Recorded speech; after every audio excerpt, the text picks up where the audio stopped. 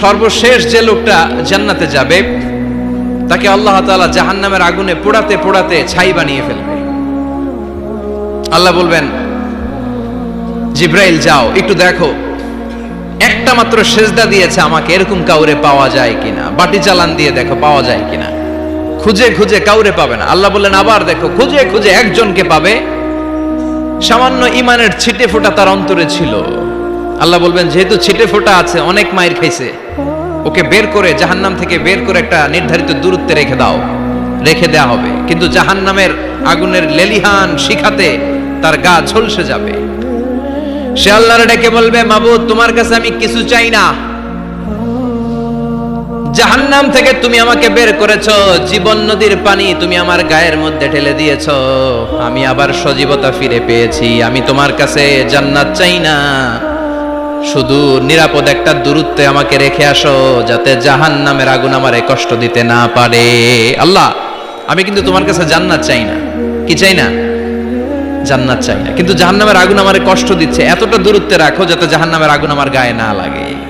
আল্লাহ বললেন ওকে রাখবো, কিন্তু আমার সাথে একটা কন্ট্রাক্টে যেতে হবে, যে এটা তোমাকে দিলে তুমি আর নতুন করে কিছু চাবা না। সে বলবে আমি রাজি, কন্ট্রাক্ট হয়ে যাবে। আল্লাহ জিব্রাইলকে বলবেন যাও এমন দূরত্বে রাখো যাতে জাহান্নামের আগুন ওরে কষ্ট না দেয়। রেখে আসা হবে, অনেক দিন সে ওখানে আনন্দে থাকবে, আল্লাহ শুকরিয়া করবে। সে মনে মনে বলবে বেঁচে গিয়েছি, আমি বেঁচে গিয়েছি, জীবনে আর কিছু চাই না, জাহান্নাম থেকে আমি বেঁচে গিয়েছি। অনেকদিন থাকার পরে মনে মনে ভাববে বাইসে তো গেছি, কিন্তু নতুন করে একটু ট্রাই করে দেখি, জাহান্নামের সৌন্দর্যের দৃশ্য একটু চোখ দিয়ে অবলোকন করা যায় কিনা। সে আল্লাহরে ডেকে বলবে আল্লাহ ইনদি সুআল, আমার একটা ফরিয়াদ আছে। কি ফরিয়াদ? আল্লাহ আগেই বলে রাখি আমি কিন্তু জান্নাতে যেতে চাই না। আল্লাহ বলবেন কি চাও? সে বলবে আল্লাহ তোমার জান্নাতটা তুমি কত সুন্দর করে বানিয়েছো, আমি একটা নজর শুধু দেখতে চাই।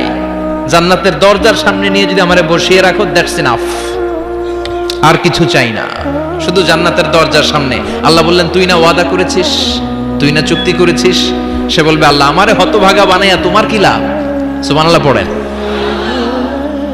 আমারে তুমি হতভাগা বানিও না। আল্লাহ বলে ঠিক আছে, আবার সিগনেচার কর যে জান্নাতের দরজার সামনে বসিয়ে দিলে আর কিছু চাবি না। সে সিগনেচার করে বলে আমি চাবো না। আল্লাহ বললেন জিব্রাইল বেচারারে ধরে জান্নাতের গেটের সামনে বসায় দে। এবার জান্নাতের গেটের সামনে বসে বসে জান্নাতের সৌন্দর্য দেখা শুরু করবে। সুবহানাল্লাহ। এমন সৌন্দর্য যেটা চোখ দিয়ে কেউ দেখে নাই, কান দিয়ে শোনে নাই, ওই সৌন্দর্য চোখে দেখে, কান দিয়ে আওয়াজ শুনে মাগার ভোগ করতে পারে না। অন্তরে জ্বালা আছে না নাই?